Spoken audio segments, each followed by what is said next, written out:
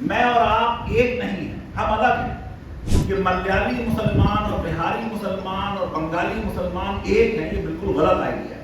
Equality کا صحیح فلسفہ یہ ہے کہ لوگ الگ الگ ہوں گے، ان کے وہ الگ الگ ڈفرینسز قانون میں اور دستور میں ایکنالج کیے جائیں اور ان کے ساتھ الگ الگ طرح کا ویوہار کیا جائے۔ ہندوستان کے جو زیادہ تر مسلمان ہیں وہ یہیں کے رہنے والے تھے اور انہوں نے تبدیلی مذہب کی، اور مذہب تبدیل کرنے کے بعد ان کی بیکورڈنیس پر کوئی فرق نہیں پڑا، یہ سپریم کورٹ خود کہہ چکی ہے۔ تو مین مسئلہ یہ ہے کہ جو ہم ایکویلٹی کو جیسے سمجھتے ہیں کہ likes are to be treated alike, اگر یہ تصور ہوگا کہ سامان لوگوں کے ساتھ سامان ویوہار کیا جائے تو پھر تو پسماندہ کے ساتھ کبھی بھی سامان ویوہار نہیں ہوگا اور کبھی بھی نیائے نہیں ہوگا۔ اس لیے یہ ایکویلٹی کا جو فلسفہ ہے یہ فلسفہ ہی غلط ہے۔ ایکویلٹی کا صحیح فلسفہ فارمل ایکویلٹی نہیں ہے۔ ایکویلٹی کا صحیح فلسفہ یہ ہے کہ لوگ الگ الگ ہوں گے، ان کے وہ الگ الگ ڈفرینسز قانون میں اور دستور میں ایکنالج کیے جائیں اور ان کے ساتھ الگ الگ طرح کا ویوہار کیا جائے، یہ سبسٹینٹیو ایکویلٹی کا ڈاکٹرین ہے۔ میں اور آپ ایک نہیں ہیں، ہم الگ ہیں، جیسے مرد اور عورتیں الگ ہیں لیکن پھر بھی ایکول، ڈفرینٹ بٹ ایکول۔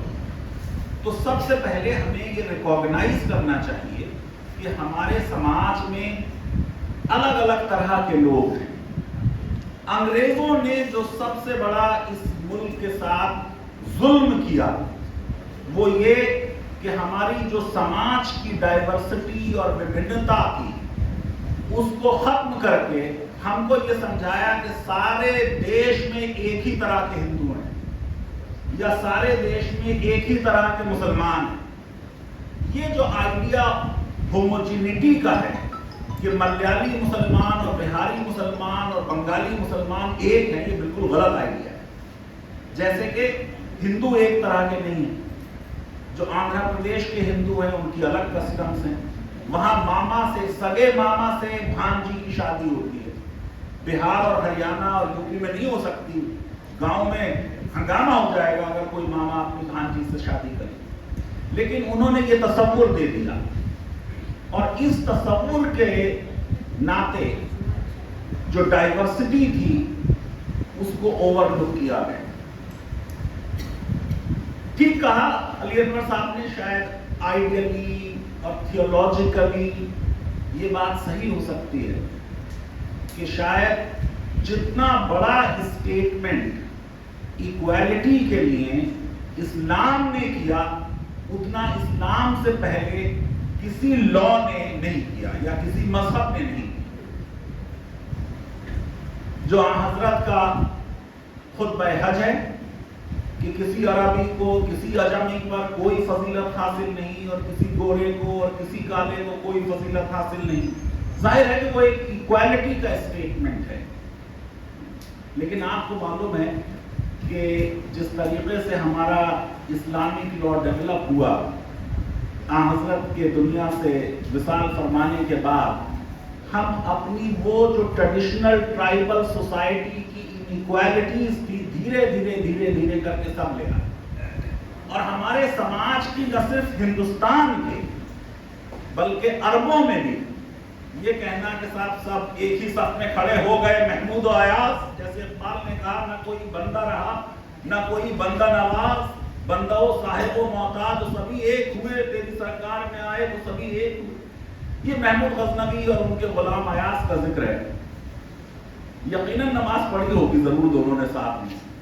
لیکن کیا کھانا بھی کھاتے تھے ساتھ؟ یہ تو کہیں میں نے نہیں پڑھا۔ تو ہے مسجد کے اندر وہ ایکوالٹی جتنی دیر آپ امام کے پیچھے نماز پڑھ کے کھڑے ہوئے، ویسے کئی جگہ پہ نہیں بھی ہے۔ تلنگانہ میں مجھے آ کے کئی گروپس نے بتایا جب مسلم ریزرویشن کی بات ہو رہی تھی کہ ان کی برادری کا کوئی امام بن گیا تو اس کے پیچھے مسلمانوں نے نماز پڑھنے سے انکار کیا کہ یہ چیز آپ کا پسماندہ ہے اور ہم اس کے پیچھے نماز نہیں پڑھیں گے۔ ہم نے جو لا ڈیولپ کیا اس لا میں حضرت کے بعد کوئی 100-200 سال میں جو آپ کا جورسپروڈنس ڈیولپ ہو رہا ہے جس کو آپ مسلم پرسنل لا کہتے ہیں، اس میں آپ کنسپٹ لے آئے کف کا کہ شادی جو ہے وہ ایک کف میں ہونی چاہیے،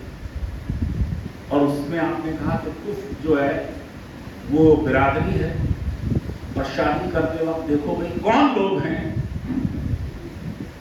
علی گڑھ مسلم یونیورسٹی کے ایک دن یہاں تک کہتے تھے کہ بھائی ہڈی ضرور دیکھنی چاہیے جب میں کسی لیکچرر کو اپوائنٹ کروں۔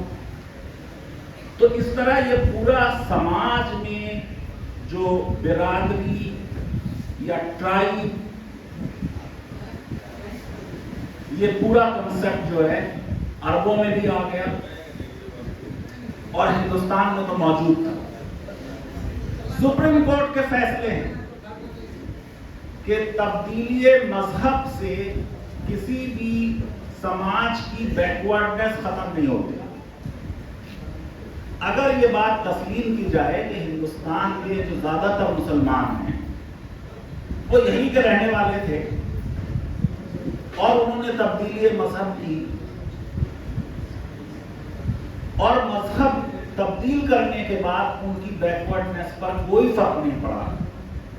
یہ سپریم کورٹ خود کہہ چکی ہے۔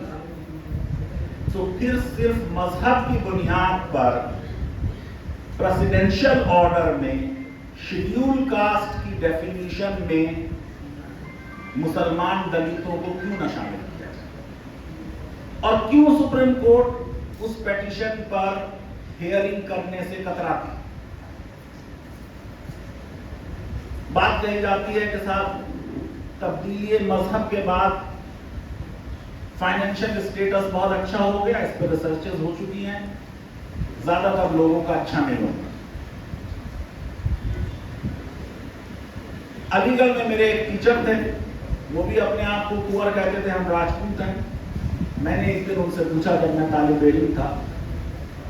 کہ آپ کی فیملی کب کنورٹ ہوئی؟ بولے 900 سال پہلے۔ 900 سال پہلے کنورٹ ہوئی، تب سے لے کے وہ اب تک راجپوت چلے آئے۔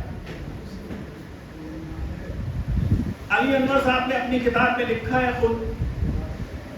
کہ کتنی ایسی مسلمانوں کی برادریاں ہیں جو ہندو بھی ہیں، اسی برادری کے، اسی آکوپیشن کے کام کرنے والے، جو شیڈیول کاسٹ ہیں اور مسلمان ہیں، وہ بڑی مشکل سے OBC میں شامل ہو پائے۔ بہت اچھی چیز لکھی پیج نمبر 81 پہ بکھو کمیونٹی کے بارے میں، اور یہ بتاتا ہے کہ کتنا مہان دیش ہے ہمارا،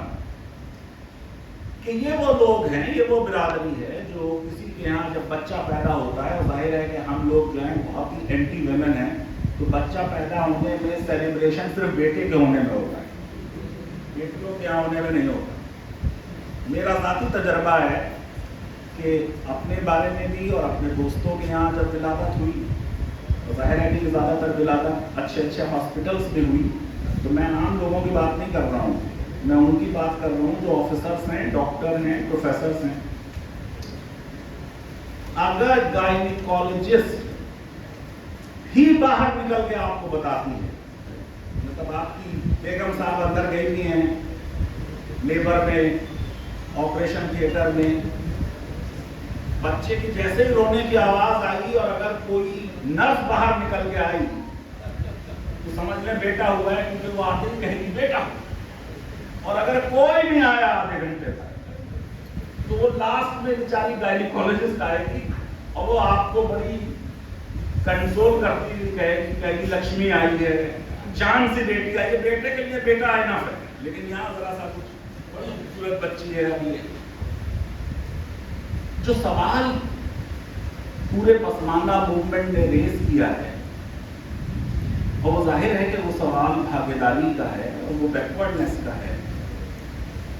جو ایگزامپل